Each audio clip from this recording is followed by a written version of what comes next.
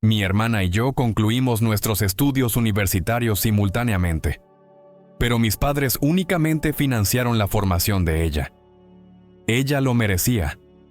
Tú no. Mis progenitores acudieron a nuestra ceremonia de graduación, pero palidecieron visiblemente. Crecimos bajo el mismo techo, sí, pero nunca experimentamos el mismo nivel de afecto. Me llamo Rachel, y desde que tengo uso de razón, he percibido que algo en mí no armonizaba completamente dentro de la familia López.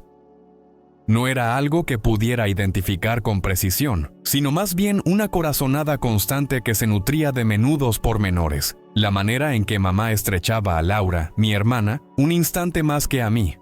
La forma en que papá mostraba una sonrisa más pronunciada cuando ella presentaba sus notas. Carecíamos de fotografías mías de bebé, solo a partir de los 3 meses. Si yo indagaba, mamá siempre afirmaba: «Es que no salías bien en las fotos, eras muy revoltosa». Laura, por el contrario, poseía un álbum entero desde su primer día. Otro pormenor: ninguno de mis padres tiene mis ojos de color miel. Los suyos y los de Laura son intensos, casi negros. Jamás fue cuestión de maltrato, eso deseo dejarlo explícito. Mis padres nunca me privaron de alimento, vestimenta o un hogar. La disparidad residía en lo sutil, en esos ámbitos intangibles donde reside el cariño auténtico. Laura podía llegar con retraso y recibía un «sé más precavida la próxima vez». Yo llegaba 5 minutos después de la hora pactada y me enfrentaba a un cuestionamiento. Si ella omitía realizar una asignación, papá le decía: «No te inquietes, princesa, mañana te asisto para explicárselo a la maestra». Si yo olvidaba algo análogo: «Rachel, ¿cómo puedes ser tan negligente? Debes ser más diligente». Éramos 2 hermanas nacidas con escasamente 1 año de separación, pero educadas en realidades distintas. Durante el último año de bachillerato, Laura hablaba sin cesar sobre la universidad, sus proyectos, sus expectativas. Mis padres la escuchaban con atención durante la cena, formulando preguntas sobre qué campo de estudio seleccionaría.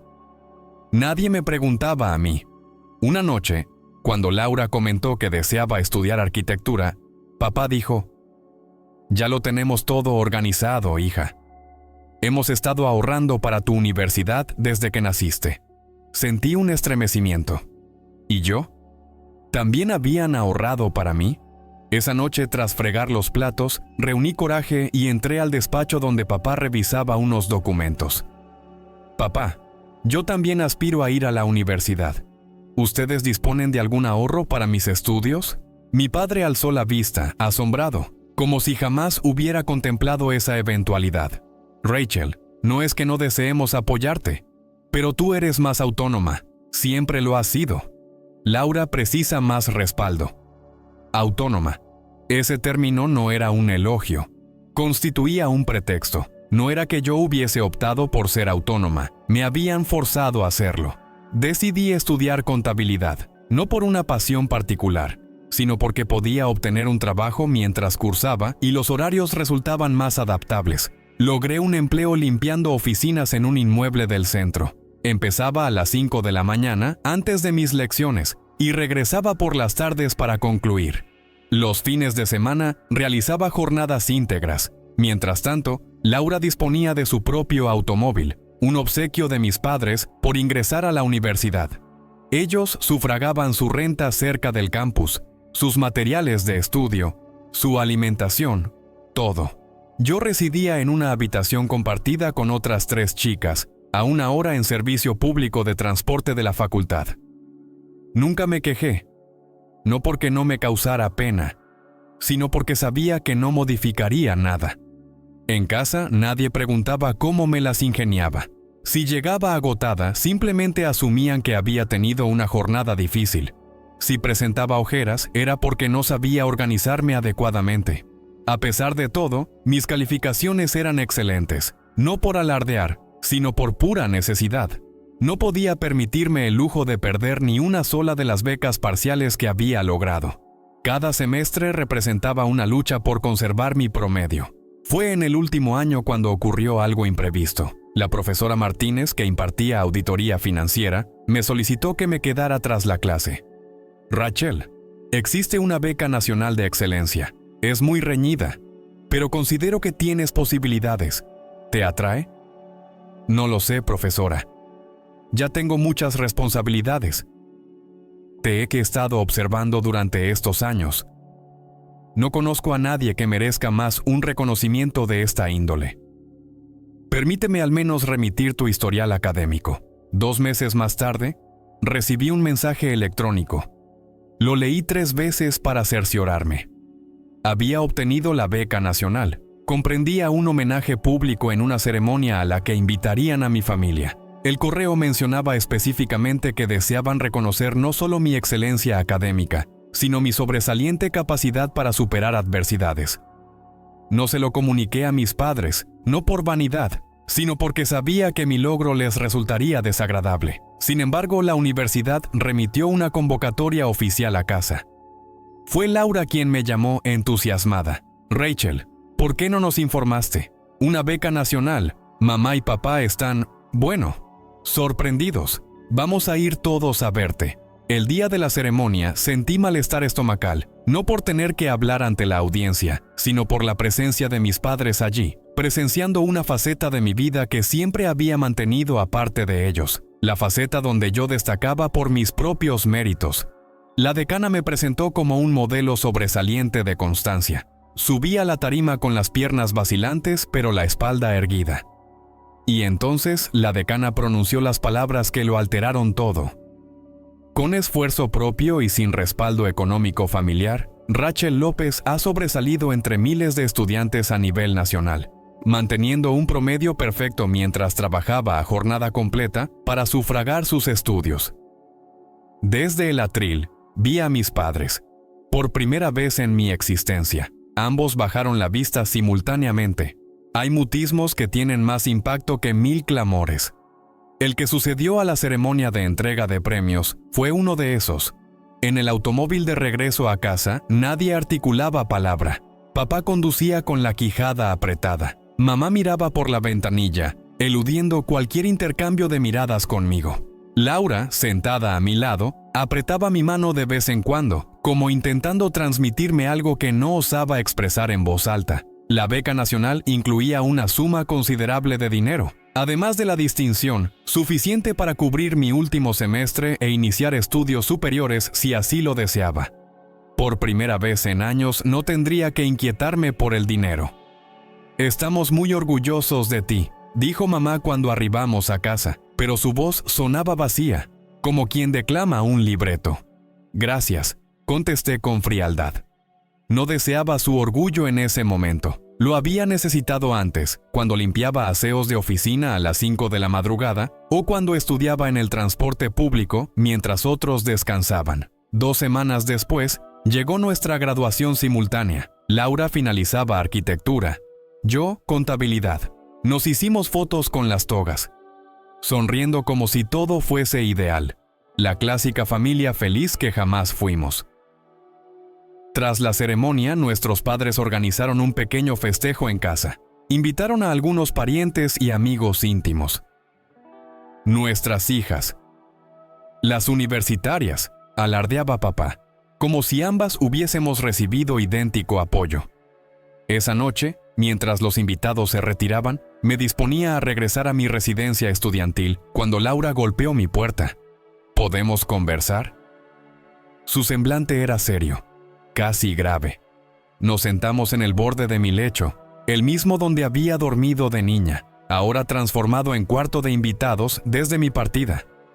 Rachel, hay algo que preciso comunicarte, algo que debí haberte contado hace mucho tiempo. Mi pulso se disparó. Una parte de mí ya intuía lo que se avecinaba.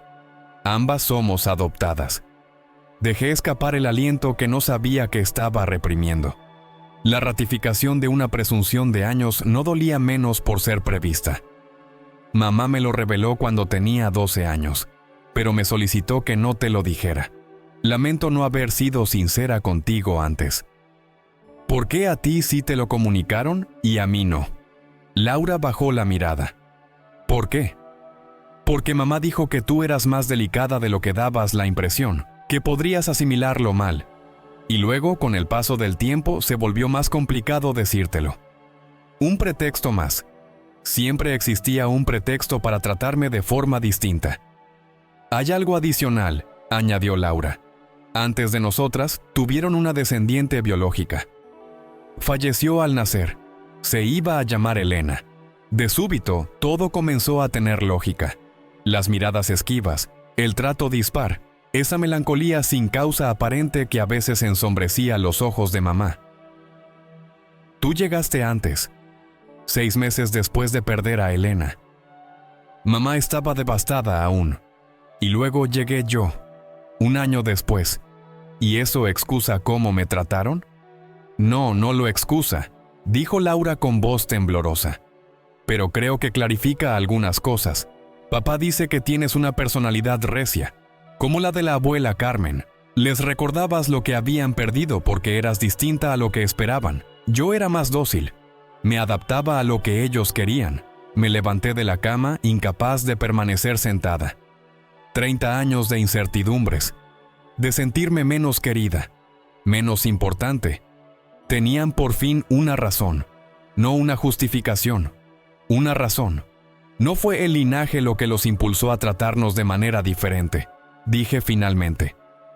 Fue como cada una les evocaba aquello que habían perdido. Los 3 años subsiguientes transcurrieron como en un filme a cámara rápida. Conseguí empleo en una relevante firma contable en la capital. Mi carrera profesional despegó más velozmente de lo que cualquiera hubiese previsto. Poseía un talento innato para los números y la organización, pero sobre todo tenía ansia de éxito, esa necesidad de probar mi valía que había desarrollado durante años. No interrumpí el contacto con mi familia totalmente, pero nuestras interacciones se tornaron triviales, llamadas por cumpleaños, mensajes en Navidad, una visita fugaz en Año Nuevo. Suficiente para guardar las apariencias. Insuficiente para cicatrizar heridas, Laura y yo manteníamos una relación más estrecha. Conversábamos por teléfono con regularidad. Ella había obtenido trabajo en un estudio de arquitectura, pero no progresaba tan rápido como anhelaba. Papá dice que debería ser más decidida, como tú, me relató una vez con cierta ironía en su voz. Fue un miércoles por la noche cuando recibí su llamada. Rachel, preciso hablar contigo. Es sobre papá y mamá. Su voz sonaba inquieta, algo infrecuente en ella. El negocio familiar está al umbral de la bancarrota. La ferretería han acumulado pérdidas durante 2 años seguidos. Papá no ha sabido ajustarse a la rivalidad de las grandes franquicias y ahora tienen deudas cuantiosas. Experimenté una mezcla ambivalente de emociones. Preocupación, porque a pesar de todo eran las personas que me habían criado. Pero también, muy en mi interior, una pequeña y sombría satisfacción. Ahora me necesitaban a mí. ¿Qué deseas que haga?, pregunté, intentando sonar imparcial. No lo sé. Tú eres la especialista en finanzas. Quizás podrías examinar sus libros, orientarles. Están angustiados, Rachel, pero son demasiado altivos para solicitar tu ayuda sin rodeos. Rememoré todas esas noches estudiando en soledad, todas esas mañanas limpiando oficinas, todos esos instantes en que un poco de respaldo habría significado tanto. Déjame considerarlo, respondí. Esa noche no logré conciliar el sueño. Por mi mente desfilaban imágenes opuestas. Mi padre diciéndome que era demasiado autónoma para merecer ayuda. Mi madre eludiendo mi mirada durante la entrega de premios. Pero también mi padre enseñándome a montar en bicicleta cuando tenía 6 años. Mi madre cuidándome cuando tuve varicela. No eran monstruos, solo eran personas defectuosas que habían cometido errores. Prisioneros de su propio dolor, sin saber cómo gestionarlo, como todos nosotros. 3 días después, llamé a Laura. Diles que iré este fin de semana, pero con un requisito. Hablaremos de todo. No más secretos, no más mutismos. El negocio familiar era una ferretería en el centro del pueblo, transmitida por herencia del abuelo. Durante décadas había florecido, Pero en los últimos años, las grandes franquicias y las ventas por Internet habían modificado las reglas del juego. Cuando llegué aquel sábado por la mañana, encontré a mi padre tras el mostrador, con ojeras que no recordaba haberle visto antes. Se veía más envejecido, más fatigado. Mi madre salió de la parte trasera al escuchar el timbre de la puerta. La sorpresa en su rostro al verme me indicó que Laura no les había informado de mi visita. «Rachel», dijo papá, incómodo, «no sabíamos que vendrías». Laura me contó sobre la situación del negocio. Pensé que podría echar una mano. Mis padres intercambiaron miradas, esa comunicación silenciosa que siempre habían mantenido.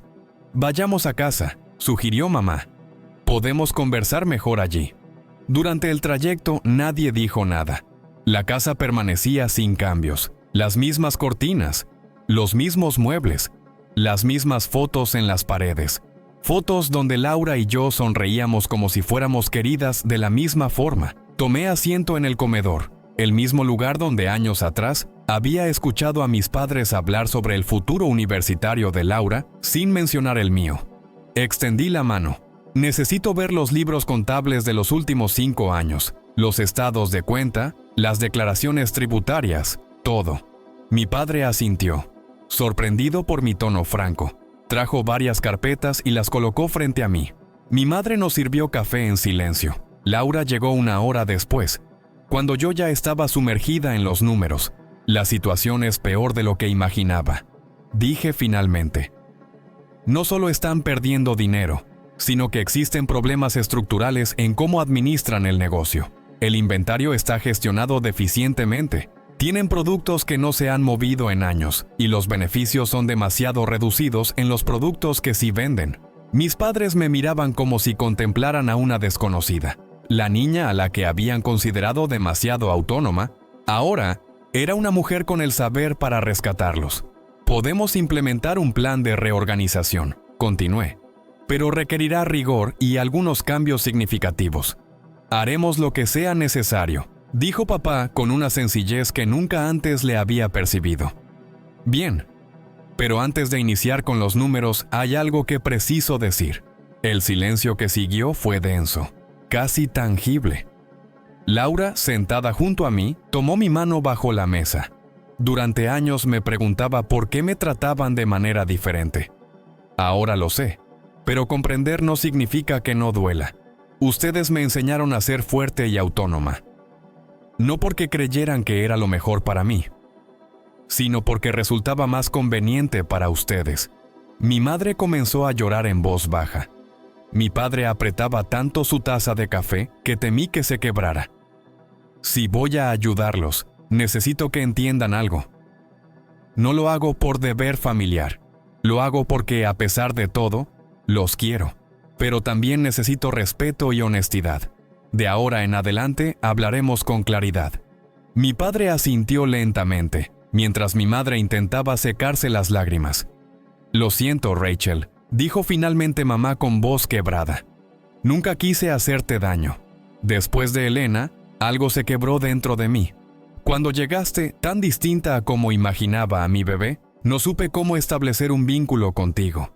Y luego ese patrón simplemente continuó. Era la primera vez que mi madre reconocía francamente lo que había sucedido. No era una disculpa perfecta, pero representaba un principio. «Si pudiera retroceder», comenzó papá, pero lo interrumpí. «No podemos modificar el pretérito, solo podemos decidir qué hacer con la actualidad». Durante las semanas siguientes diseñé un plan integral para salvar el negocio. Primero, una liquidación intensa del inventario obsoleto. Después, una modernización del aspecto del establecimiento. Finalmente, una estrategia de enfoque. En lugar de rivalizar con las tarifas de las grandes franquicias, la ferretería se centraría en ofrecer consultoría especializada y productos de nicho para trabajos concretos. No fue sencillo. Mi padre, habituado a hacer las cosas a su manera durante décadas, a veces oponía resistencia a mis propuestas. «Así no opera este negocio», decía. Y yo respondía, «por eso está fracasando». Esas conversaciones difíciles revelaban pautas familiares viejas intentando reaparecer. La diferencia era que ahora yo las identificaba. Papá, ¿estás haciendo lo mismo que antes? ¿Ignorando mi opinión sin evaluarla realmente?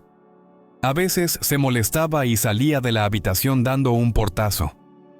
Otras veces, de forma inesperada, pedía perdón. Poco a poco comenzó a escucharme de verdad. Mi madre, por su parte, intentaba contrarrestar años de alejamiento con pequeños detalles. Mi café preferido las mañanas cuando iba a trabajar a la ferretería. Preguntas sobre mi vida en la capital. Interés sincero en mi carrera.